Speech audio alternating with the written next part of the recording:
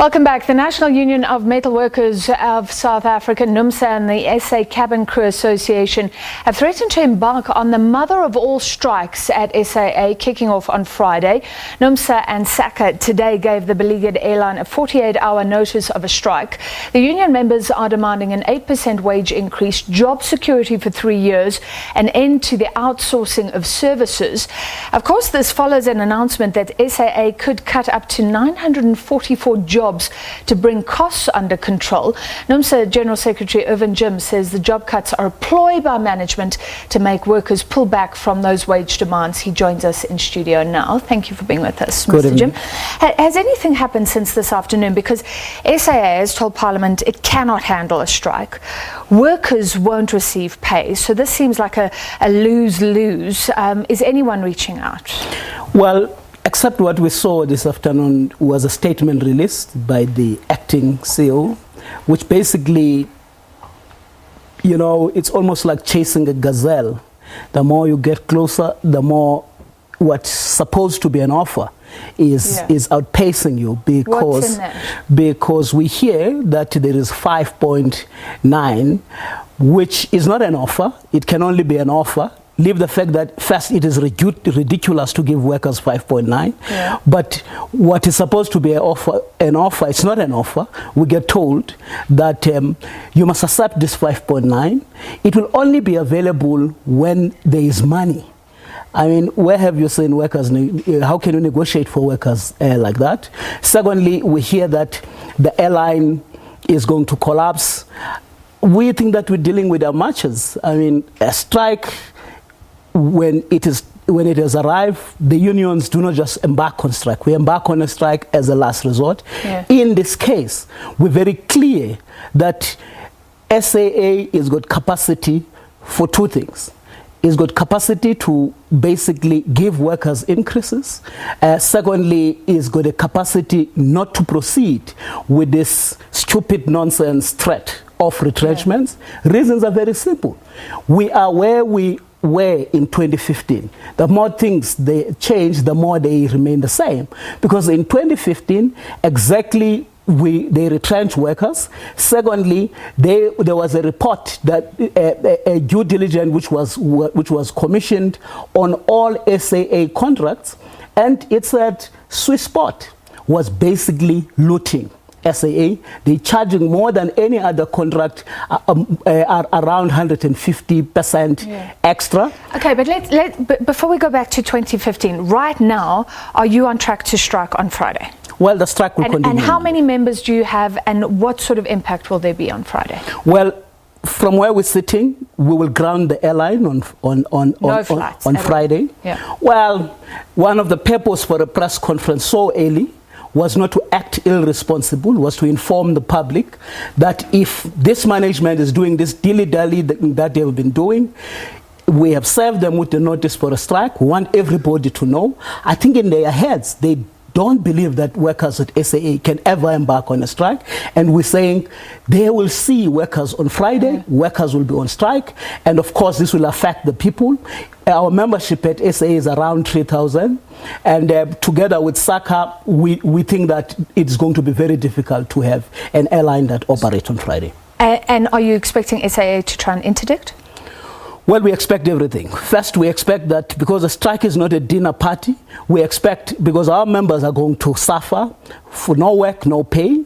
It's a sacrifice, but it's an important sacrifice because we need SAA to insource and stop those evergreen contracts that are basically looting SAA, such that our members cannot be able to get increases, such that our members can be threatened by job losses. And even though there's an entirely new executive, things have changed. Hopefully, they're doing their best. You're saying there's still contracts that are wasting taxpayers' money, wasting or preventing workers from going ahead. What is irritating is that we had a CEO who had to resign because he wouldn't enjoy support from the National Treasury, from DPE, Public Enterprise, the current minister. This gentleman would have put together a turnaround strategy. He was not threatening any job losses. He secured money. He didn't need money from government in the form of bailout. All what he needed was that government must extend guarantees. The current board and Minister Pravin Gordhan, they simply didn't support such a turnaround strategy. And now our members must be retrenched. Our members must not get increases. But the very same board, you know, that they play double standard. The pilots have been given an increase, which is almost around 100 million if you know how each and every pilot cost. And for Don't poor... bandy around. I mean, 100 million sounds so impressive. Yeah, what was the percentage increase for It was pilots? 5 point something. Okay, so it wasn't 8%, But if it goes to their actuals, to their base, we did some small calculations, they get not less than that. And if it is practically impossible for them, no, in other words, what is good for the goose, why is not good for the gander? In this case, poor workers who are earning very less, their increase, I had somebody, as I was walking in, saying the strike will cost 50 million. The cost of these workers will be around 49 million increase that we're talking about. Your colleague today was saying SAA is simply choosing to go to court or likely to go to court rather than just sit down with us. It sounds like a very bad relationship here.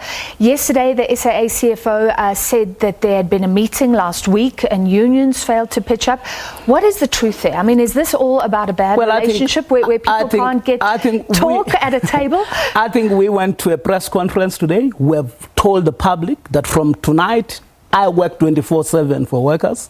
From tonight, tomorrow, we are available for negotiations. And if they are genuine, they will not be busy addressing the public. They will convene a meeting and they will not make offers that are predetermined. They will come to the table and negotiate. And remember, we're not just bargaining for the sake of bargaining. We're telling them that you got evergreen contracts that from 2015 you should have sorted them out. If we're to sort out those evergreen contracts, there will be no need to dismiss anybody. And for the peanuts that we're demanding for workers, workers will be able to be afforded their increases. So this strike is basically at the doorstep of being created by management. The ball is in their court. So SAA is saying the two biggest costs here, and it's hard to think of people as inputs, but the two biggest costs are fuel and labor. This is an airline that's struggling to compete, even if it gets a bailout. So it owes so much in debt. It has to bring down costs to compete with other airlines. Otherwise, no one will fly SAA. Are you saying that's all rubbish, that these labor costs aren't an issue? Labor cost is not an issue. What is an issue is shell cost of fuel, which you should tell me why since 2015 they have not gone out to Sasol to look for other people who can offer the service. They have been keeping that contract. It's evergreen. It continues. Swissport is charging them exorbitant prices. I mean, that's for the space for cargo. Their own airlines, like such as Mango. I mean, basically, SAA is being looted. If you're looking on those evergreen contracts, costs are comparable. We're saying sort that out. Come to us. Let's talk. Let's turn around. But don't do a decoy that when workers are saying, give us our increases, it is that time we have worked. Yeah. You have already retrenched us in 2015. Throw them again with another Section 189 for retrenchments. 8% is way above inflation at a time when SAA hasn't been making profits for years and years and years. I mean, we can see those figures. and the airline is in trouble. You've admitted that, that 8% is more than the pilots got. Would you not consider now what you said SAA is offering, 5.9%? No, I was saying 8% is less than what the pilots have secured. Pilots got about 100 million. Yeah. What we're demanding in percentage-wise, you said around somewhere around 5%, did you know? Yes. Okay. Yes, because they are so will you not consider a comparable increase percentage-wise? You're saying SAA is offering 5.9%? From where we're sitting, they can afford what we're demanding. 8%. They can afford 8% because these people we're talking about, they continue to waste money. Per annum, their procurement is about 25 billion. They have now for just somebody to sit to do an organizational design. They are spending 30 million on that. Final question. What do you say, not to SAA, but to taxpayers who are paying actually to bail SAA out? SAA is not competitive. It's saying that these labor costs are high. What do you say to taxpayers? Do they still need to pay 8%? Unfortunately, I come from a different school of thought altogether. I don't buy this pundit story that suddenly the state must not intervene in the economy. It must just carry a knop kiri that is servicing what IMF rating agencies are dictating that the state must do. I've got a very firm view, both for ESCOM and SAA, that the state must continue to budget, because without the state participating, intervening in the economy, you can't stimulate economic growth. Private sector, when it gets involved, it will be involved to make profit, but its ultimate objective is to maximize profit. All right, we have to leave it there. Thank you for coming in this evening. That was Secretary General of Union NUMSA, Irvin Jim, on the planned SAA strike. Currently on track, he says, to go ahead on Friday.